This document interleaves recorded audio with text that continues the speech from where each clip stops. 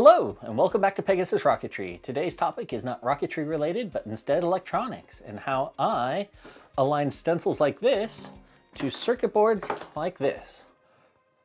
So if you've tried to use a stencil at home, you've probably come across this method for using it, for aligning it with your board, where you take extra boards that you have laying around, tape them down to the table to try to create a cradle to hold your board in place. And it allows you to index it into the same spot over and over. Next, you take your stencil and then you try and get it aligned.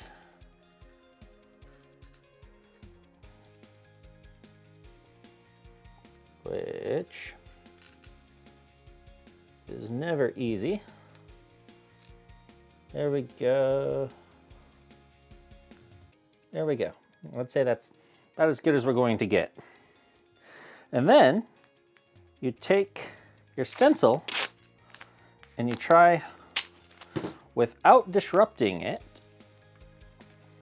to tape it down to the table. So if you see, we've got it taped down and the stencil still has so much wiggle room. There's nothing really locking it into place. So while we are able to take this, apply our paste, squeegee it in, we get it somewhat close. If you remove this, take out your board, replace it with a new one. Oh no.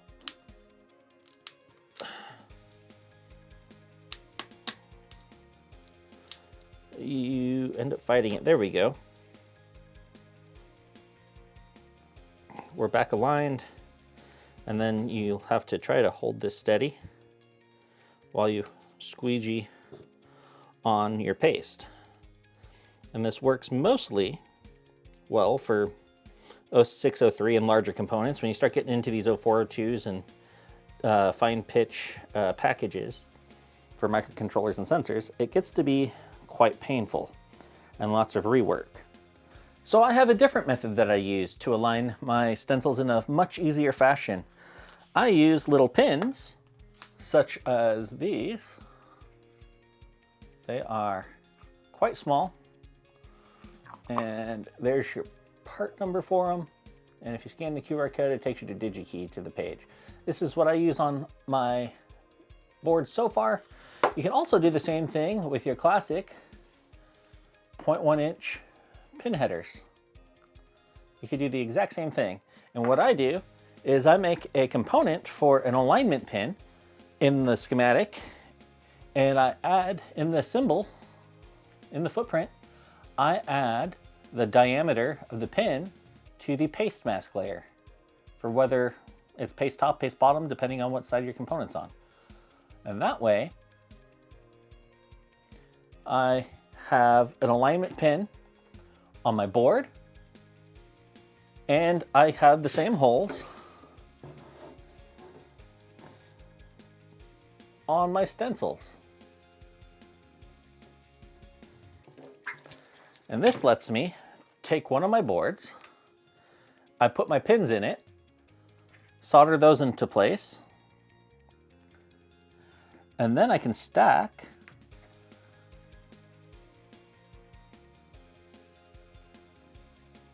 a second board on top, and it makes this lovely little sandwich. So I've got a bare board with the pins poking through the top, and now I can slide that under my stencil, find my two holes, and look at that. That is a perfect alignment, and I can shake this around. I can hold it by the board, shake it around, and the alignment is perfect every time. So now I would take this, I would squeegee my paste across, and I get a vertical release. I can take my board off. I can grab a second board,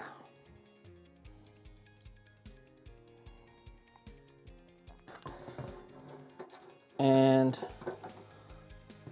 slap it in, and I have another perfect alignment. There we go. So you can see we've got perfect alignment. Yeah, you can see the gold and the alignment. I can pop this off. I can take the board off, grab a second board, which would be the next one that I'm applying paste to.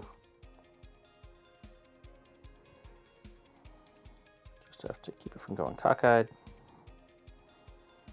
Slide it back on the carrier. Poke it back through the holes. And we're perfectly aligned. There's very little wiggle. Perfect. So if you look at the back side, I take this, align it with the holes,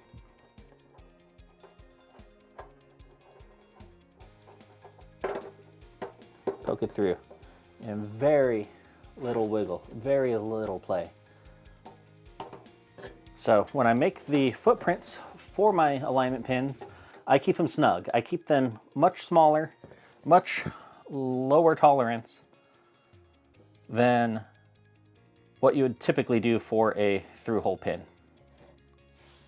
If you stuck around to the end, thank you very much. I promise if you give this method a try, you certainly won't go back. We'll see you next time.